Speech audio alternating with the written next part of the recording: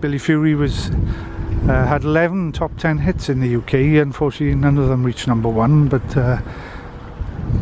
he had 11 top 10 hits, and the time he was on Decca from the end of 1958 to the end of 1966, only 3 of Billy's singles failed to get into the UK charts. Billy Fury's final chart placing on Decca was Give Me a Word in 1966, and in December 1966 Billy signed with the Beatles record label Parlophone. Well, of the Beatles record label, the Beatles were on the record label. When Billy Fury signed with the Parlophone label in December 66 for 5 years, where he actually recorded, the details are quite sketchy. The Billy Fury guru Chris Ely on sleeve notes for the CDs that cover most of the material, the Missing Years, the Parlophone singles and the Lost album, made some informed assumptions on where certain tracks for Parlophone were recorded. And this was, as Parlophone was a label belonging to EMI, this was the EMI recording studios at Abbey Road.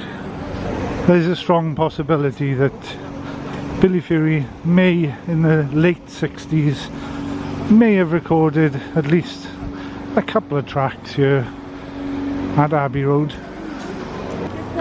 before his contract expired in December 71 and he was released by the label. It'd have to be looked back on as a disappointing time with Parlophone. No albums released, although certainly enough material was recorded, and hence the Lost album being released by the Peaksoft CD label about 5 or 6 years ago. That with the Missing Years and the complete Parlophone singles, there was at least a couple of albums worth of material that he recorded for the Parlophone label.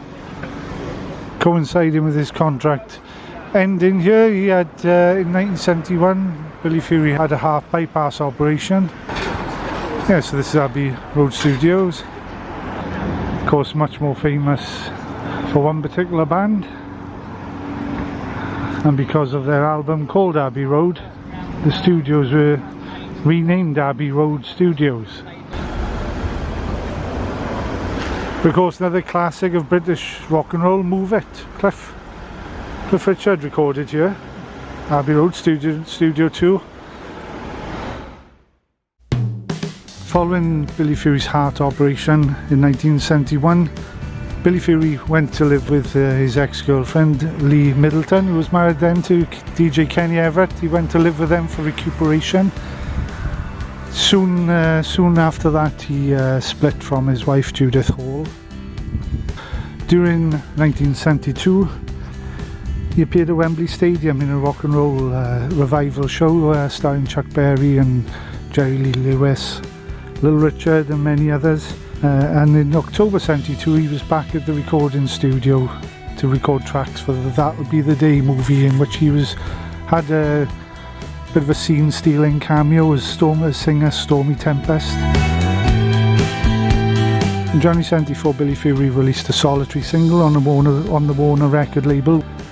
Followed this with a rock and roll tour of 74 that Marty Wilder put together with himself, Billy, Hines and Tommy Bruce.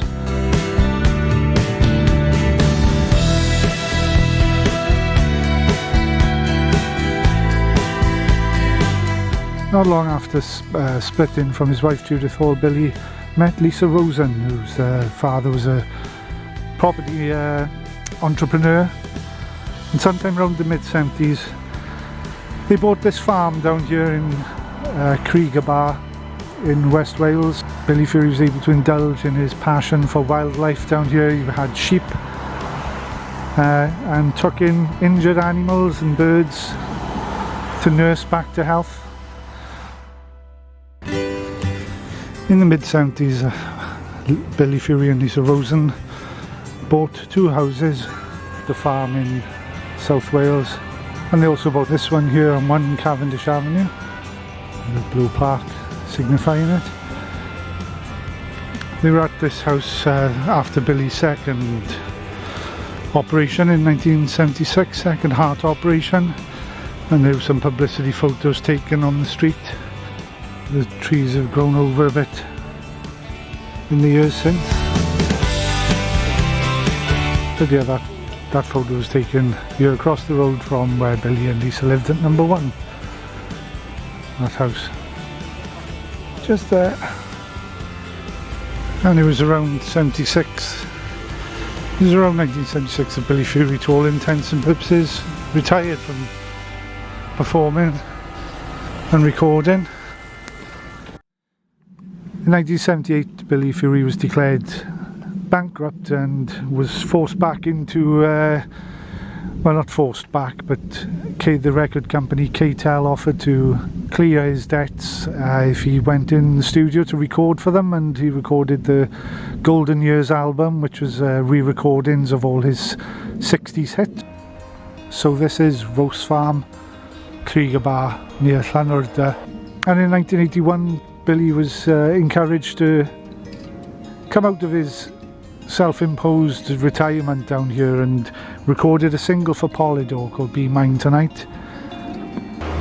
The winter of 81-82 was particularly bad down these parts, very heavy snowfalls where Lisa Rosen said they were snowed in on the farm here, and during March 82 Billy collapsed, and Lisa felt that he would be, for some reason thought he would be better taken care of in London, so she actually drove him the 200 miles from here back to London for treatment, where he was diagnosed that he was bleeding from the kidneys. Just a month later, however, Billy Fury was back in the recording studios at Eden Studios in Chiswick in West London, starting to record tracks that would eventually become out as singles. The Love or Money single is first charting single since 1966. It just got into the top 60 in the UK charts. And he also recorded tracks for what would eventually be the one and only Billy Fury album, which was released after his death, which also gave him another charting album, albeit not very high in the charts, but it was a charting album, his first since the 60s. The last week of Billy's life saw him recording songs and then performances for the Unforgettable TV series. Late January 1983. On the Thursday, 27th of January, Billy had been in the studios doing some work on recordings. And the following day, Friday, 28th of January, Lisa had felt Billy was tired on the Thursday night, and she let him sleep in and she left. And Billy's manager, Tony Reid, came around to pick him up to go in to do more work in the studio, and found Billy unresponsive. And the ambulance was called and Billy was taken a couple of miles from here to St Mary's Hospital, where he was pronounced dead on that Friday, 28th of January.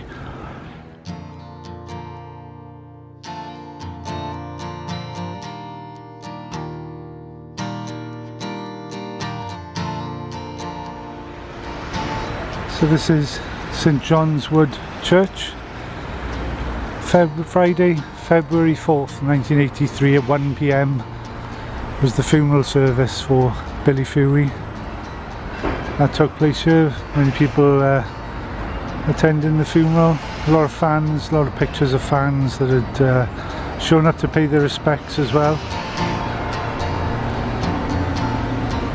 And after the funeral service here, the casket was taken further north in London, here up to Mill Hill Cemetery, where Billy Fury is buried.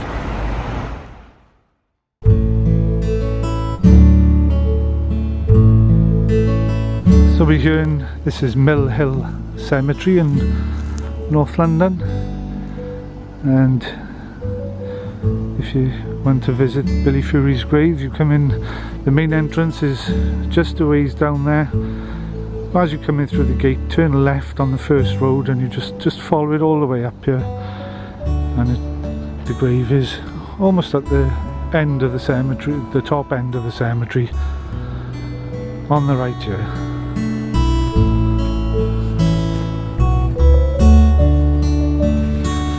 So following the funeral at St John's Wood Church, a few miles south from here, Billy Fury was buried here on Friday, February 4th, 1983.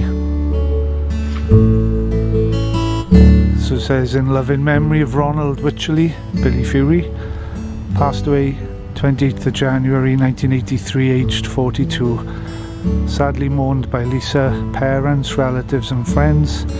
His music gave pleasure to millions. Rest in peace, darling Billy.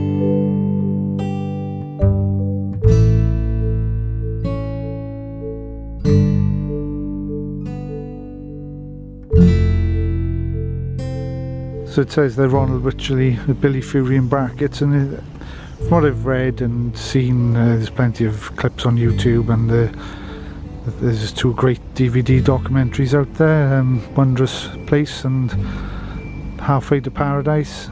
But from what you can tell on interviews and reading the books, again another great couple of books there are Halfway to Paradise by David and Caroline Stafford, and Spencer Lee's book A Wondrous Face. It shows that off stage he was a very shy, humble, introverted person, certainly from the sort of late 60s onwards. He was more interested in his wildlife hobbies with bird watching and caring for sick animals, but ultimately it needed both names on the gravestone here, actually, because there was such a stark contrast with the Billy Fury persona of the on-stage Billy Fury. Again, certainly when he first started, his stage performances were pretty wild, including the infamous closing, bringing down the curtain on one of his shows in Dublin in October 1959. But as soon as he came off stage, he reverted to Ronnie Wycherley.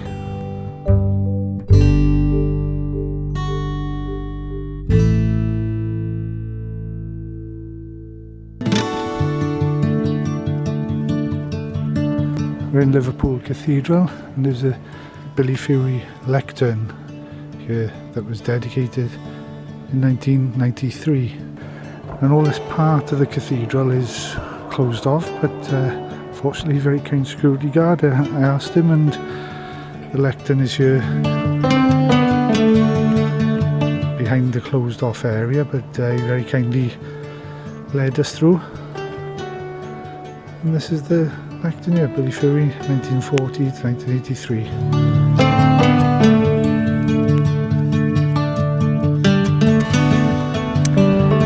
This statue was donated to the nation by the Sound of Fury official Billy Fury fan club. It was unveiled on the 19th of April 2003 by the legendary Mr. Jack Good, assisted by the guest of honour Mrs. Jean Wycherley, Billy's mum, and in the presence of Billy's family, friends and fans worldwide. Billy Fury, Ronald Wycherley, 17th of April 1940 to the 28th of January 1983, legendary British rock and roll star, major UK chart artist, outstanding and charismatic live performer, songwriter, animal lover and gentleman.